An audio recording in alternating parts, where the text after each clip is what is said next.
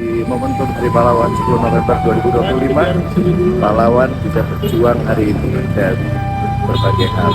Dan alhamdulillah hari ini pemerintah Kabupaten Bogor, Bupati Bogor, Ketua DPRD Kabupaten Bogor diberikan penghormatan oleh Presiden Republik Indonesia untuk menanam pohon di dalam kawasan Istana Bogor.